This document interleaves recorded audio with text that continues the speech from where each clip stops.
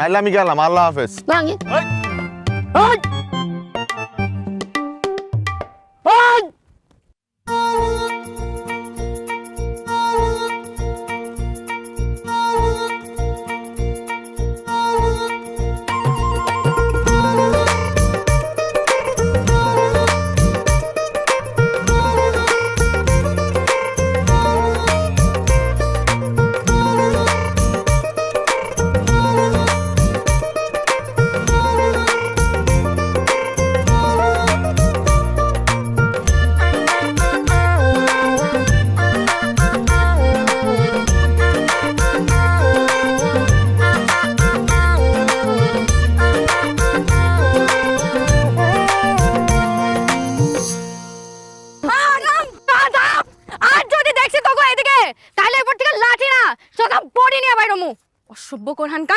এই শিল্পী, এই কে আইছে রে? আর কইেন না, প্রত্যেকদিন বাড়ির সামনে এসে আমরা গুলা আড্ডা দেয়, সিগারেট খাই, সিলে গান গায়। আব্বাসে কতবার মানা করছে, মানা তো শুনি না, এখন আরো বেশি করে এলাকে চিন্তা করছি আনতে সোজা আঙুলে যেহেতু ঘি ওঠে না, আঙুলো প্যাকা করবো, এলাকে লাঠি নিয়ে নামছি। আর ধরেন না, আপনারও ধন্যবাদ, আপনারও ছেলে আজকে একজনটা তো মারতে পারছি, হটটা নিষ্পিস করতেছিল, ঠান্ডা লাগতেছে।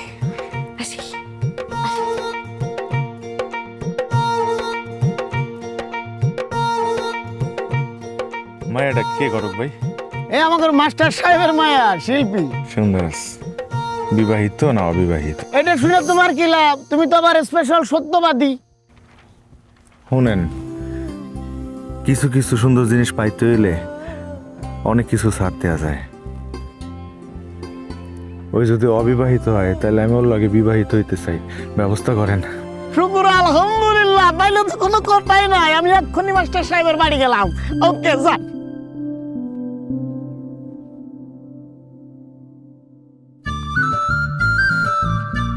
না না না না, কাঁদে না কাঁদে না কাঁদে না, না না না না না, আমার ফয়সাল আমাদের খিদা লাগছে।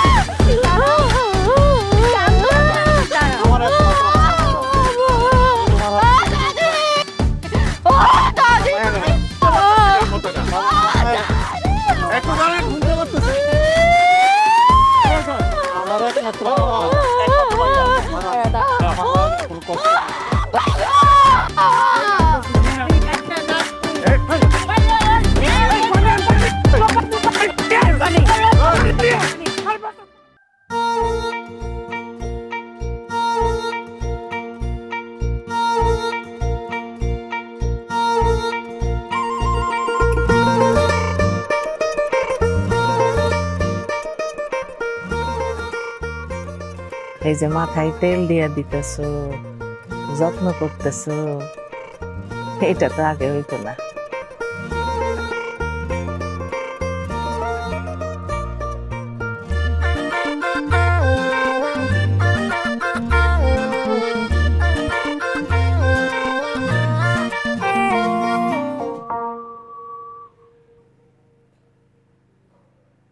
রে বাবা, আম্মা। খিদা লাগছে? ভাত খাবি? হ্যাঁ বলতেছি ভাত খাবি, খিদা লাগছে? হ্যাঁ খামো, ক্ষুধা লাগছে। অব ওর খিদা লাগছে, যাও ওরে খাওন।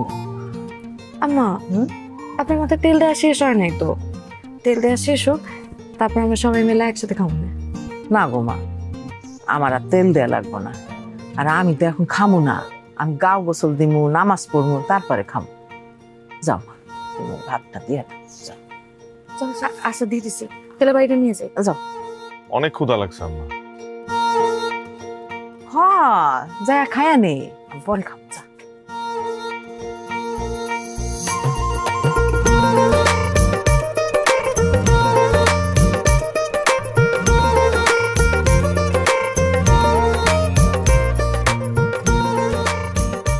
কই আসেন, খাইতে আসেন। তুমি একটু রুমে আসো না। আরে আজব, টেবিলে খাবার দিছি তো, রুমে আসবো কেন? না, তোমার সাথে আমার একটু জরুরি কথা আছে। আপনি না বললেন আপনার একটু আগে খিদা লাগছে? জরুরি কথা পরে শুনবো, আসেন। ক্ষুধা তো লাগছে, জনমের ক্ষুধা লাগছে, কিন্তু আমি যদি তোমার এই কথাগুলো না বলতে পারি তাহলে আমার পেটের ভাত হজম হবে না।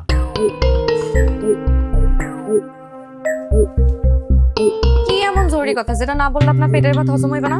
বলেন। আগে চোখটা বুঝো, হাতটা মিলে ধরো। মানে এসব কি করতে কোন আমারে?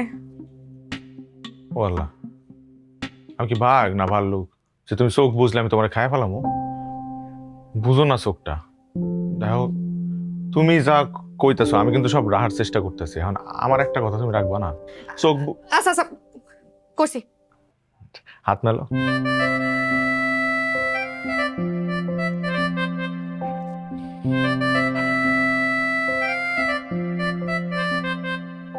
আচ্ছা, এইবার হাতটা নিজের নাকের কাছে নাও।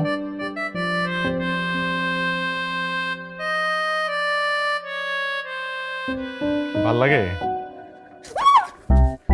এসব কি দিছেন আপনি আমারে? আপনি জানেন আমার ফ্লাওয়ার অ্যালার্জি। ফ্লাওয়ারে অ্যালার্জি? এটা আবার কেমন অ্যালার্জি? তো অবাক হওয়ার কি আছে? ছোটবেলায় একবার ফুলের গ্রান নিতে যাই না, আমার নাকের মধ্যে পোকা লেগে গেছিল। তারপর ওই পোকা আমার 3 দিন জ্বালাইছে। এরপর থেকে আমি ফুলের গ্রান নিতে পারি না। পরে পোকা বাইরে ছিল কেমনে? পোকা কেমনে বাইরেছে এটা তো আপনার জানার দরকার নাই। এই সব জিনিস আপনি আর আমারে কোনোদিন দিবেন না। আসেন তো খাইতে আসেন।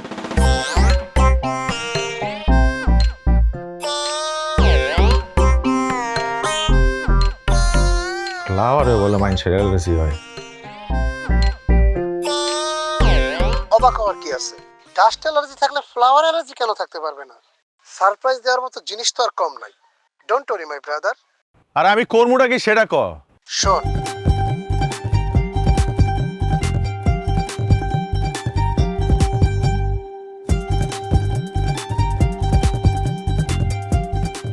কি ব্যাপার, আপনি আমার এতক্ষণ দাঁড়া করে রেখে কই গেছিলেন? একটু কি ম্যাম করতেছেন? আর হাতে এটা কি? ওহ, ওই একটা শাড়ি। দেখো সুন্দর না? কই পাইছেন শাড়ি? আমি আবার গেছিলাম আমার একটা বন্ধুর লগে দেখা করতে, ওর একটা শাড়ির দোকান আছে। তো শাড়ির দোকানে গিয়ে দেখি এই শাড়িটা খুব সুন্দর লাগতেছে, রংটাও খুব সুন্দর, তোমার পরলে খুব মানাইবো, তাই লয়ে এলাম শাড়িটা। আমি বিয়েতে 20-30টা শাড়ি পাইছি। এই শাড়ি পরে সামনে 2-3 বছরেও শেষ করানো যাইব না। এর মধ্যে আপনি আবার নতুন শাড়ি নিয়ে আসছেন। আর শাড়ির রংটা দেখছেন? দুনিয়ার খ্যাত। ধরেন ধরেন। রংটা তো সুন্দর, তোমার মানাইবো, আমার খুব পছন্দ হয়েছে। পছন্দ হইলে একটা জিনিস কিনতে হইব, জিনিসটার আদৌ প্রয়োজন আছে কি না এটা একবার যাচাই করবেন না? এই ধরনের উল্টাপাল্টা টাকা খরচ করে কি কয় জানেন? অপচয়। আর অপচয়কারী পুরুষ আমি 2 চোখে সহ্য করতে পারি না। এর লেগে তো আমারও সহ্য করতে পারো না। যান যাই শাড়ি ফেরত দিয়ে আসেন, যান। কি ব্যাপার, যান, দাঁড়াই আছেন কেন? শাড়িটা যাই ফেরত দিয়ে আসেন, যান। কি রে, শাড়িটা ফেরত দিয়ে আসেন, যান। কতবার করে বলতেছি, যান। যাই না। ব্রো, আমার মনে হয় এইভাবে হবে না। ভাবিকে এমন কিছু দিতে হবে যেটা ভাবি আশাই করে নাই। আরে হেটা কি? শোন,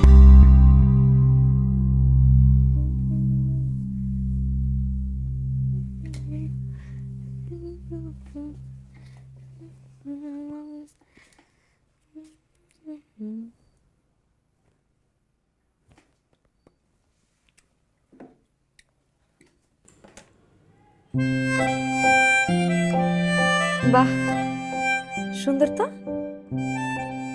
তোমার পছন্দ হয়েছে? আপনার ভালোবাসার মূল্য দেখে দিন দিন বাড়তেছে। প্রথমে ফুল, তারপর শাড়ি, এখন আবার ডায়মন্ড। আচ্ছা, আপনার কি আমার লোভী মনে হয়, নাকি টাকা দিয়ে আপনি আমার ভালোবাসা কিনতে চাইতেছেন? শিল্পী, তুমি যা আমার বোঝানোর দরকার নেই, ভালোবাসা এত সস্তা জিনিস না যে আপনি দামি গিফট, দামি শাড়ি, দামি গয়না এসব দিয়ে আমার মন জয় করতে পারবেন। ভালোবাসতে হয় মন থেকে। আপনি তো আমার মন থেকে কোনোদিন ভালোই বাসেন? কখনো কোনোদিন আপনি আইসা আমারে বলছেন যে শিল্পী, আকাশে খুব সুন্দর একটা চাঁদ উঠছে, চলো দুইজনে মিলে চাঁদ দেখতে চাই সাথে? এই যে আমাদের বিয়ার 20-25 দিন হয়েছে, আপনি বলেন তো আমাদের এমন কোন স্মৃতি আছে যে এমন একটা স্মৃতি যেটার কথা চিন্তা করে আমি হয়তো হাসবো, একটু কাঁদবো, আপনি যখন থাকবেন আমি আপনারে মিস করব, আপনার আমার খুব দেখতে ইচ্ছা করবে? বলেন তো আপনার আর আমার এমন কোনো স্মৃতি আছে? নাই। একটা সত্যি কথা কি জানেন, আমি আপনারে যে মানুষটা ভাইবে বিয়ে করার জন্য রাজি হয়েছিলাম, আপনার কাছে আসার পর মনে হইতেছে আমি আসলে আমার জীবনে একটা ভুল মানুষ পাইছে গেছি।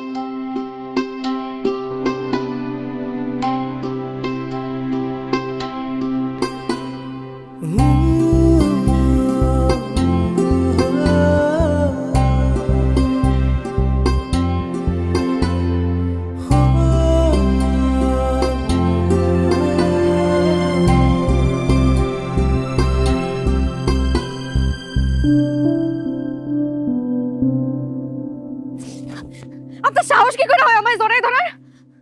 তুমি এরকম করতেছো কেন? তুমি আমার বিবাহিত বউ, আমি তোমায় জড়াই ধরবো না তো কারে জড়াই ধরবো? হ্যাঁ, আমি আপনার বউ, কিন্তু আমি আপনার ভোগ সামগ্রী না। কি যাতা কইতেছো এগুলা? ধর্মীয় ভাবে আমি তোমার বিয়ে করছি, তুমি আমার বউ, আমি তোমার জড়াই ধরতে পারি না? না, পারেন না। যতদিন পর্যন্ত আপনার বউ আপনার সেই অধিকার না দিছে, আপনি জড়াই ধরতে পারেন না। কি এর অধিকারের কথা কও তুমি? হ্যাঁ, কি এর অধিকারের কথা কও? 1 মাস ধরে একই বলি আর হইতেছো তুমি, শাহরুখ কাজল, কাজল শাহরুখ, প্রেম ভালোবাসা, আমরা পাগল বানায় ফেলাইছো তুমি। আরে ভাই, আমি যদি তোমার কাছেই আইতে না পারি, আমি তোমার বুঝামু কেমনে যে আমি তোমার ভালোবাসি, কতটা ভালোবাসি আমি বুঝামু কেমনে এটা? আপনি আমার ভালোবাসেন, আর বাকি 10টা পুরুষের মতন আপনারও একই খাবেশ, নারীর শরীর। কি হয়েছে? কি শুরু করলি তোরা? এখনো শুরু করি নাই, আমরা শুরু করমু। গত 1 মাস ধরে আমার পুতুলের মতো নাচাইতেছে আর আমিও নাচতাছি, যা কয় তাই করি। ওই তো একটা মেন্টাল আম্মা, আমরা পাগল বানায় ফেলাইছে, মাথায় সমস্যা আছে, ও কি করে নিজেও জানে না। ওর লাগে সংসার করা সম্ভব না আম্মা। ওর বাপ মারে ডাকো, ওর পরিবারের সবারই ডাকো, ওরে বিদায় করো এই বাড়ি থেকে। ওর লাগে আমি সংসার করতে পারুম না।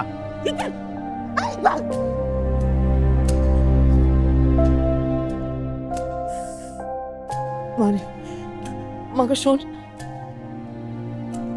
কিছু মনে করিস না মা। সংসার করতে গেলে একটু আধটু এরকমই হয়, মাথা ঠান্ডা হয়ে গেলে সবকিছু আবার ঠিক হয়ে যায়। মা আমি চলে যাব, বাবারে কিছু বলার দরকার নেই, যা বলার আমি বলবো। পাগলামি করছো? বাবা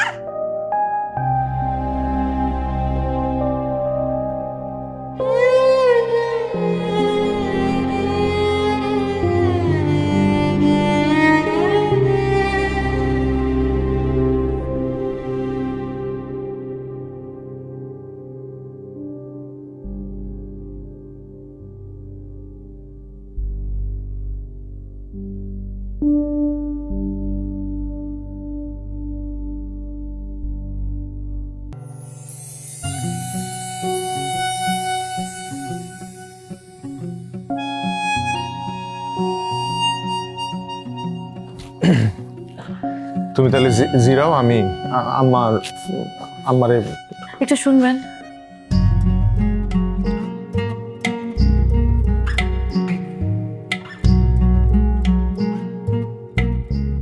একটু কাছে এসে বসেন।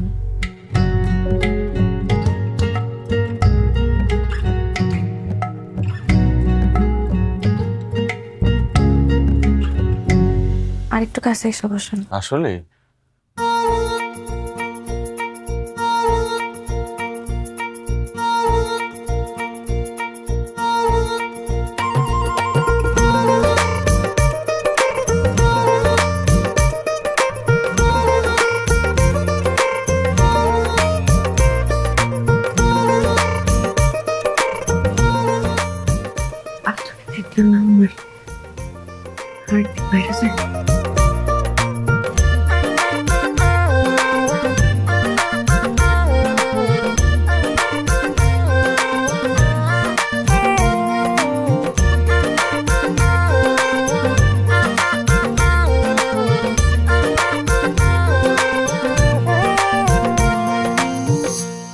আচ্ছা শিল্পী, আমার ব্যাগটা একটু গুছায় রেখো তো, আমার কালকে ঢাকায় যেতে হইব।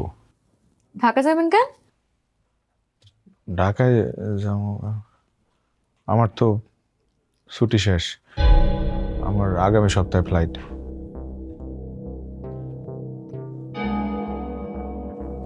ছুটি, ফ্লাইট, কি হইতেছেন এইসব?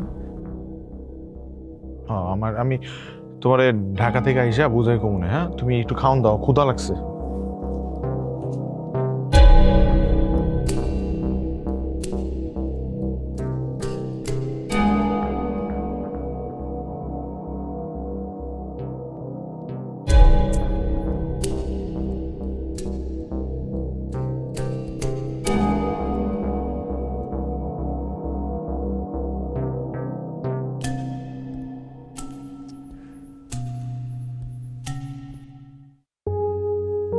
কি শিল্পী, তুমি এত রাইতে বাইরে খারে আসো, ঘুমাও না এখনো? না, আপনি ফোন দিছিলাম তো, আপনি ফোনও ধরলেন না। ফোন দিছিলা? টেনশনে এর জন্য ঘুমাইতে পারি নাই। ও না, আমি একটু ঘুমাই গেছিলাম বাসের মধ্যে, ফোনও সাইলেন্ট। আচ্ছা চলো ভিতরে চলো। আচ্ছা শুনেন না, আপনি ঢাকা গেলেন কিসের জন্য? আমার তো কিছু কইলেন না। ঢাকা কইতেছি, ভিতরে আও। ব্যাগটা দেন আমারে। সমস্যা নাই, আও না, ভিতরে আও।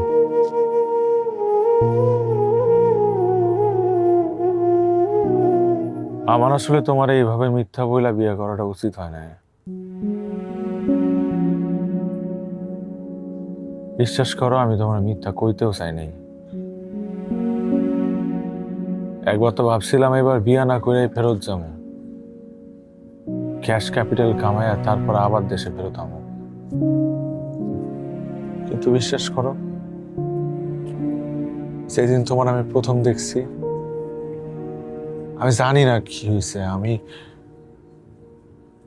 আমার হৃদয়ে একটা কেমন জানি নাড়া দিয়ে উঠছে। তখন মনে হয়েছে এই মানুষটার লেগে আমি একটা কেন শত শত মিথ্যা কইতে রাজি আছি, কিন্তু এই মানুষটার আমি কোনোভাবে হারাইতে পারবো না। এখন পরিস্থিতির শিকার হয়ে আমি আসলে তোমার মিথ্যা কইছি, আমার তুমি মাফ করে দাও। আমি তোমার কাছে হাত জোড় করি। সিসি, আপনি কি করতেছেন? আপনি আমার কাছে কেন ক্ষমা চাইতেছেন? আমার আপনার উপর কোনো রাগ নাই। আমি খালি ভাবতেছি কোনোভাবে কি না গেলে হয় না?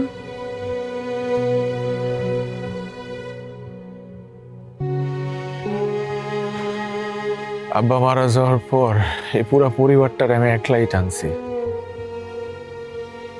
মাথা গোজার একটা ঠাই, একটা ঘর উঠাইছি, দুইটা বোন রে দুইটা ভালো পরিবারে বিয়ে দিছি, ধুমধাম করেই বিয়ে দিছি, যতটুকু আমার সামর্থ্যে কুলাইছে। এখন আছে একটা ভাই, ওর একটা গতি করতে পারলে আমার দায়িত্ব শেষ। সেটাকে দেশে থেকে কোনো আমি করা যায় না। শিল্পী, আমি তো তোমার সবকিছু কইলাই কইলাম।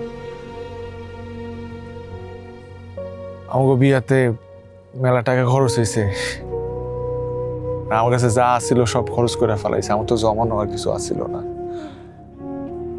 এর মধ্যে আরেকটা কাজ করছি, তোমার তো কই নাই ডরে, আমার এক বন্ধুর কাছ থেকে কিছু টাকা ধার নিছি। সবকিছু মিলায় খরচ কুলায় উঠতে পারতেছি না, তার উপর যদি কজের দেশের মধ্যে কিছু করতে এই অর্থ করি তো আমার কাছে নাই, আমি কেমনে কি করবো? এখন তো আমার বাহারাইনে ফেরত যাওয়া ছাড়া কোনো উপায় নাই। আমি আচ্ছা ঠিক আছে, হাত মুখ ধুয়ে আসেন, আমার অনেক খিদা লাগছে। তুমি এখনো খাও নাই? আপনারা ছাড়া আমি কবে খাইছি?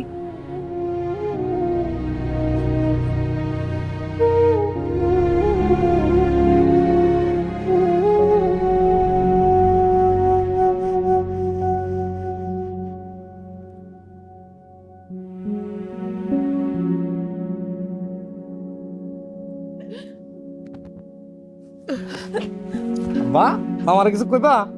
কইলে কও। তোমার মামার আবার কথা শোনানোর টাইম নাই, বিদেশ যেতেছে না? বাবা ঠিক মতো খাওয়া দাওয়া করিস।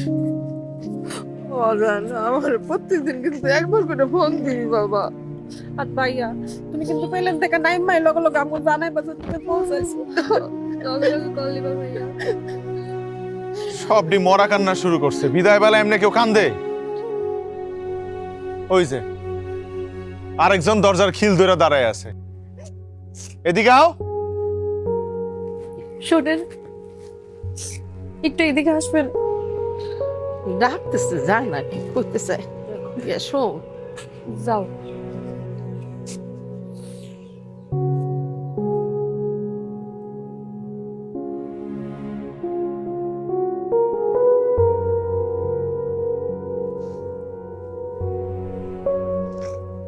শিল্পী, এরকম ভাবে কান্নাকাটি করলে আমি কি ওখানে গিয়ে শান্তি পাবো? আপনার একটা কথা কই, রাগ কই রাখবেন? রাগ করবো কেন? কও, কিন্তু কান্নাটা থামা। দেরি হয়ে যাইতেছে না?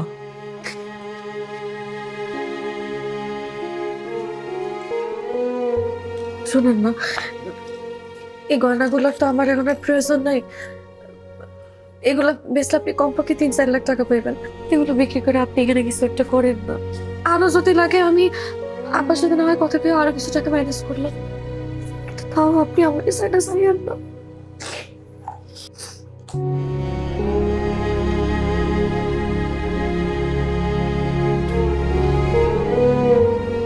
শোনো, আমি জানি হায়াত মত নসিব সব আল্লাহর উপর, আল্লাহ লিখে রাখছে, তো আল্লাহ আল্লাহ কইছে যে তোমার করে আমি বিবেক দিতেছি, যে বিবেকরে কাজে লাগাইয়া তুমি জীবনে উন্নতি করো।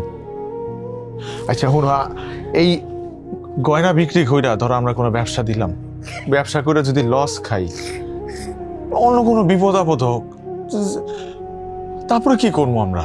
এটাই তো আমাকে শেষ সম্বল, এটা ছাড়া তো আমাকে আর কিছু নাই। আচ্ছা শোনো, আমি জানি আমার ছাড়া থাকতে তোমার কষ্ট হইব, আমারও তো হইব, শুধু এমনের কথা চিন্তা করলে হইব?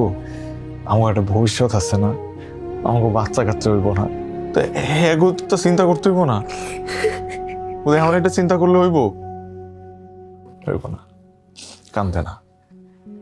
আমি তোমার কথা দিতেছি, তোমার শাহরুখ খান, স্বপ্নের শাহরুখ খান, তোমার স্বপ্নের শাহরুখ বাস্তবেই তোমার কাছে ফেরত আইব, খুব জলদি আইব। মানুষ তো কয় দূরত্ব বললে নাকি ভালোবাসা কইমা যায়। আমরা আমরা প্রমাণ দিব যে দূরত্ব বাড়লে ভালোবাসা অনেক বাইরে যায়। পারবো না প্রমাণ দিতে? পারবো না?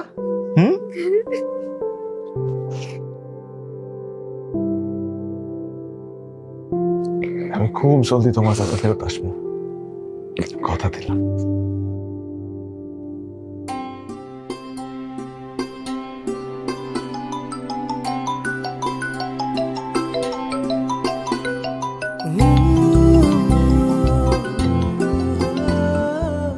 নতুন করে আমার আর শিল্পীর প্রেম কাব্য শুরু হয়ে গেল।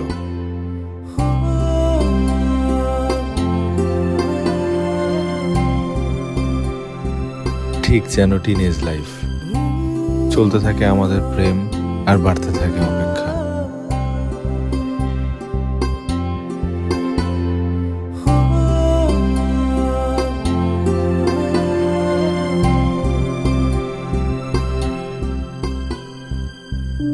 তারপর শেষ হয় একদিন সেই অপেক্ষার পালা।